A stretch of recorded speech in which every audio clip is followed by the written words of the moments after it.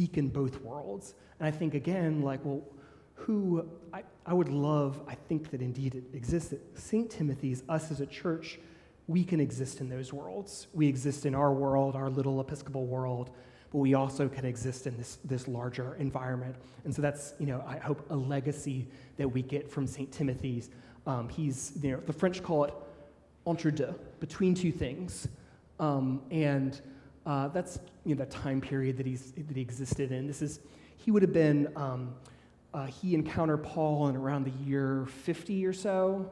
So it's 20 years after the death of Jesus. And he would have been, let's say, in his 20s, and Paul would have been in his 40s in that time period. So, we really need the dates. We really want to know that. But back then it wasn't as important to think about that. So here's when I talked about the Western European blonde Timothy. This is a Rembrandt.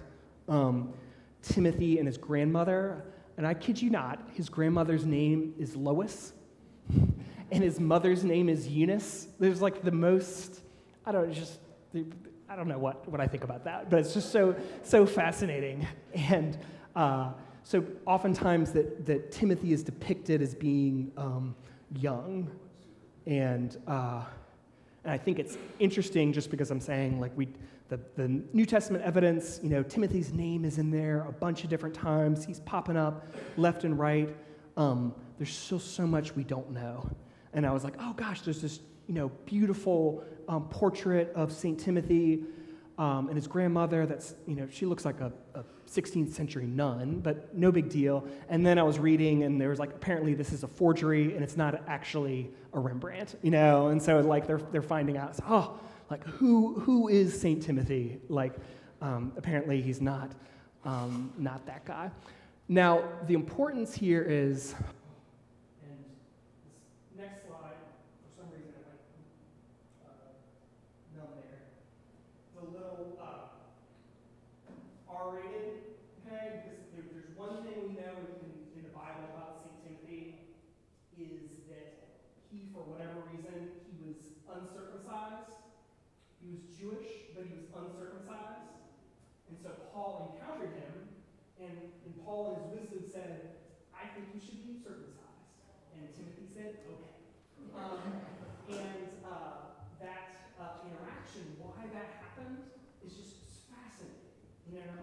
It's also weird, and it's very weird, and it's we could talk all day. It's a whole other presentation about circumcision as a right, in the Jewish culture, and circumcision today, and psychology, and all that stuff. And so I was showing this to Mark and Michelle yesterday, practicing their presentation. And the next slide, Michelle said I shouldn't show you. Mark said I should. Mark is 4.5. So I'm just going to show it. So I did it, I'm here, it's Welcome Home Sunday. And there's a Lego Bible that's out there. It's really, really cool. It has, and so. Again, they have blonde Timothy. I know, yeah. And you get that, Paul. It's interesting. Now, Titus, I'm just going to take it, you get a peek. Titus didn't get circumcised. And Paul made a big deal about elsewhere, you don't need to get circumcised, to enter into the body of Christ. But for Timothy, for whatever reason, he said, you should get circumcised. And that, I don't know. And I think it just points to this idea. Can people hear me?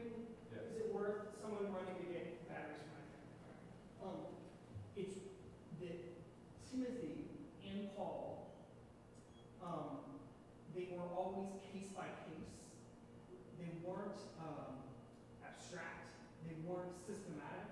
They were always like, Timothy, hey, do you want to get circumcised? He's like, sure, if it'll help out the cause, and let's do it. And then Titus was like, no, I'd rather not. I don't think it's that important. He's like, okay. And there's that great line,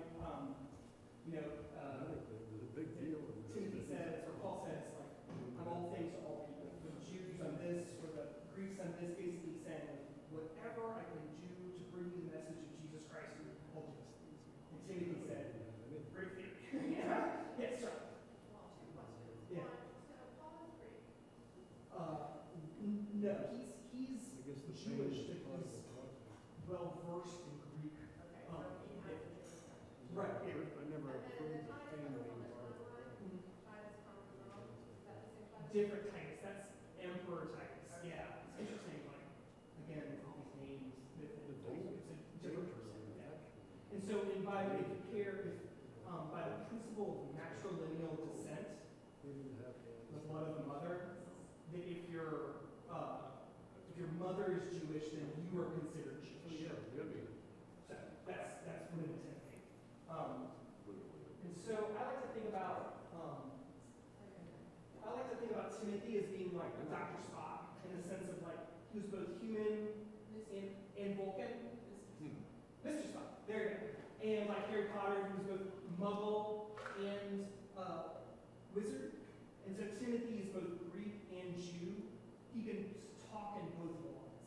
And that great gift, and I think that's again something that we can take as St. Timothy is can exist in our culture, which is complex and diverse and all that. Can we do that like these people and like the most interesting people in literature and everything are of course like people who can exist in those two.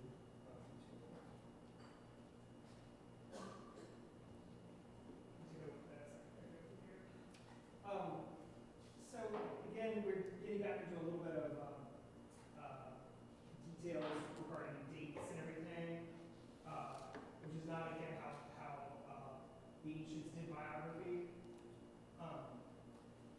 Like in the ancient world, the most important person, the king, couldn't be late to an event. The event happened when the king came, and so it's like, what day is it? Well, it's not the day that the king came. It's not. That's the most important thing, rather than what specific date it is. Thank you, Danny. Thank you. You look at, people probably know this from their own experience, that you have, a generational theory. You have the first generation, the second generation, and the third generation. And the first generation, Jesus and his disciples. The second generation, you see Timothy there. And notice how this is way over here. The second generation will often rebel against the first generation. It's very, very clear. Think of immigrants to this country. The second generation will be like, I don't want to speak my language of my grandmother. I want to go instead learn the new language. And then the third generation will be more interested in the first generation. And they've done studies of this, it's called Hansen's Law, about just the way different groups move through time and space, that the first and second generation, there might be this conflict, and then the third generation will come back and experience that first generation in a new way. Think about it, it's how with your grandparents, you're willing, like they're really wise, but your parents are full of it. Like you want to rebel against it. You're like, I can't listen to anything that you say, but I want to preserve what my grandparents said because we're also going to lose that. And so you get that here. Like Paul, doesn't talk at all about Jesus in his life, really, other than his death. Mark, Matthew, they're incredibly interested in that question. And so we think about Timothy, he's in that second generation, and he's pivoting off those two previous generations. So Paul converts Timothy, theoretically, and then Timothy joins in the different missionary journeys. And why does Paul choose Timothy? Probably because he has those skills that I talked about earlier in terms of engaging with different cultures. He's a change agent. He's someone who can grease the wheels for Paul, who can be a bit of a prickly personality. Timothy is a way of communicating with those people when Paul's not there. Timothy is the co-sender, the co-signer of a number of Paul's different letters, and then he travels with Paul to these different places like Corinth and Thessalonica and Ephesus and all these different places that he moves with him. The interesting thing is, and this is Timothy and Titus again, is that there's a number of different places in the Bible, and you can see it on your handout. I think it's number 2. that there's times where Timothy doesn't come off as just a superhero. It doesn't come off as, Paul's protege. He comes off as a little bit less than. And it's not, abundantly clear. It's not, you could maybe interpret some of this, but there's enough of those instances where it's basically like Timothy's a little timid. Timothy's a little young, a little wet behind the ears. He doesn't have quite the self-confidence that certainly Paul has, and so he needs some bucking up. And again, I think that's just really helpful because what does that make Timothy? That makes Timothy human. Instead of, I grew up at a St. Stephen. St. Stephen was the first Christian martyr and the deacon of the church and everything. It seemed like if you read about Stephen or read about a lot of other figures in the Bible, particularly martyrs, particularly like they never struggled. They're always just, I'm going to follow it right away. And so, what I like about Timothy, for what it's worth, is that he's got that youthful quality, that quality about him that's maybe less than perfect. And I think that we can all again kind of hang on to that and think about that as like a helpful lens through which to see somebody. And I don't know if is it Titus that's always the clean-shaven one, and then Timothy is not. But regardless, all right. Here's the final one. I think I love this. If you can't see it, General Pauline letter outline. Grace, I thank God for you. Hold fast to the gospel. For the love of everything holy, stop being stupid. Timothy says hi. So there's, that Paul wrote these letters, and there's a certain convention, just like we have letter writing conventions, dear so-and-so, the body, the conclusion and everything, and almost always, like, Timothy is always showing up. That's just another interesting part of him. He's always just kind of omnipresent. Like, I almost think of him, he could be like Paul's chief of staff, maybe, or just Paul's fixer. Or Paul's, I'm not a bureaucrat, but just someone who's always like hanging around. It's like, oh, Timothy's there. Timothy's there helping out, for better, for worse. And the connection I was going to try to make here is that Timothy is kind of a ancient Paul Revere. And I include the one Facebook facetiously because I use Facebook. The church uses Facebook, but it's all probably it's gonna kill us all one day. I think it's astroturf. When you think of grassroots organization, that's what I'm trying to say. That Timothy was like a community organizer who worked with the people, and Facebook is the fake version of that. And we thought it was gonna save us. And it might not. It might do the opposite. I always like to brag that I was living in Boston in 2003, and I was one of the very first 4,000 users of Facebook. But I don't think what the point I'm going to try to make is that what St. Timothy and Paul Revere were doing was making genuine connections, genuine interpersonal relationships, genuine social networks, and Facebook is just a far cry from that. That's and that sermon. And so here is, this is research into Paul Revere. Again, I'm a history teacher. You're just going to get some of this because of who I am. And they took all these different leaders in Boston at the time of the American Revolution, and then they took all these different groups, different affiliation groups, different social groups, political groups, economic groups, and then they said which one is a member of each one. Okay, and so some people are members more often in different groups. And then you look through, and it's pages and pages of leaders, and then look how many groups that Paul Revere is a member of. Paul Revere was an engraver, a tradesman. He wasn't a professional horse rider, but he was involved in all these different groups in colonial Boston. And he had his hand in all these different groups. And he had connections that's why he was in that spot where he became world famous, was because he was talking to these people and talking to those people and talking to these people, and then, you know, when his moment came, he got immortalized and everything. But basically, he's a joiner.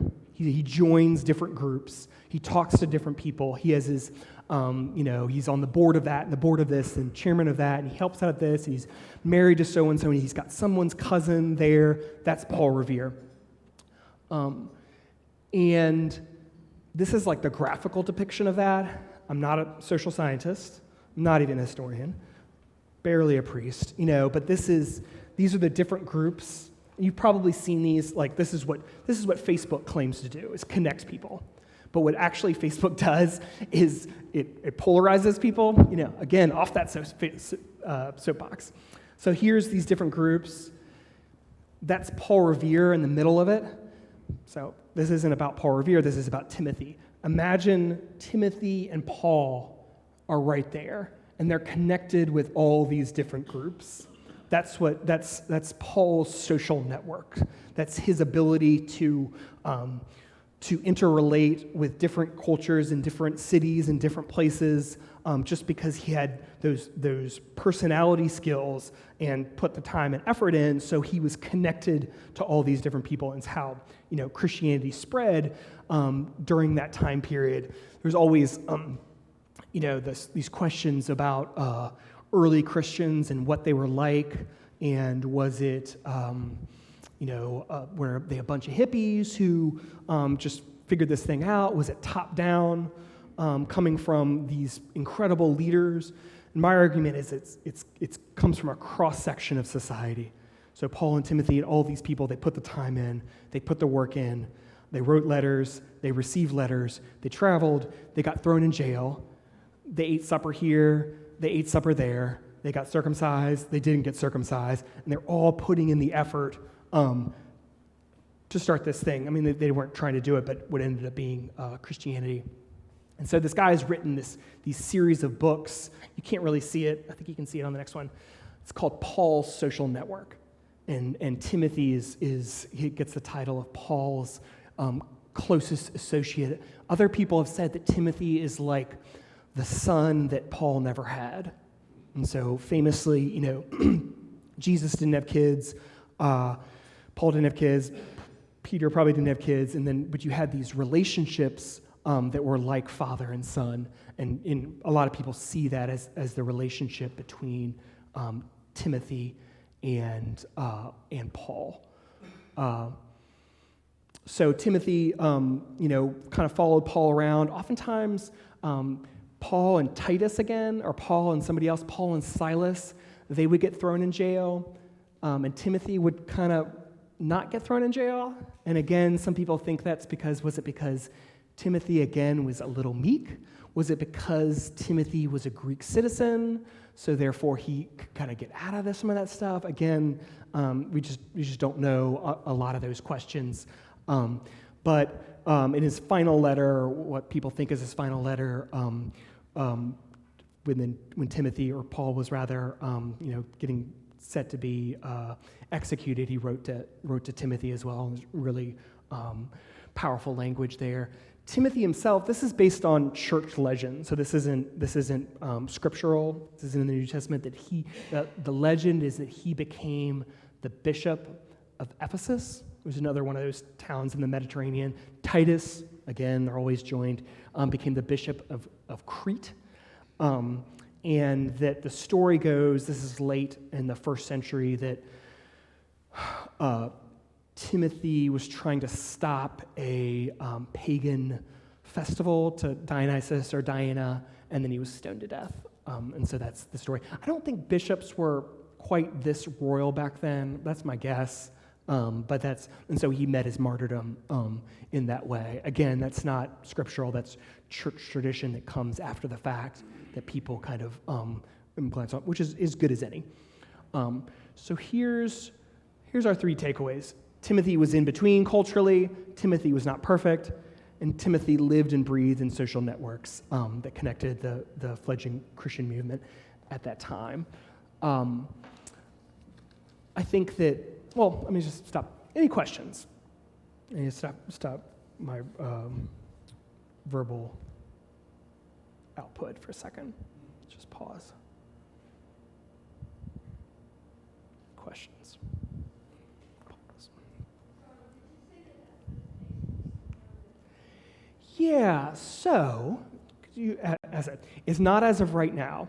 On our website, there is a new section under the About tab that reads, Who was St. Timothy? And I have a lot of this information there.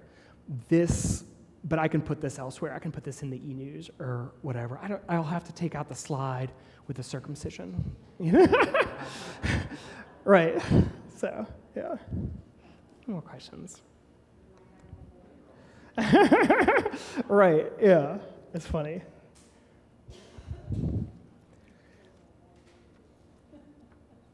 Someone from the 8 o'clock said, Charles, you do great here. You just need to slow down your talking.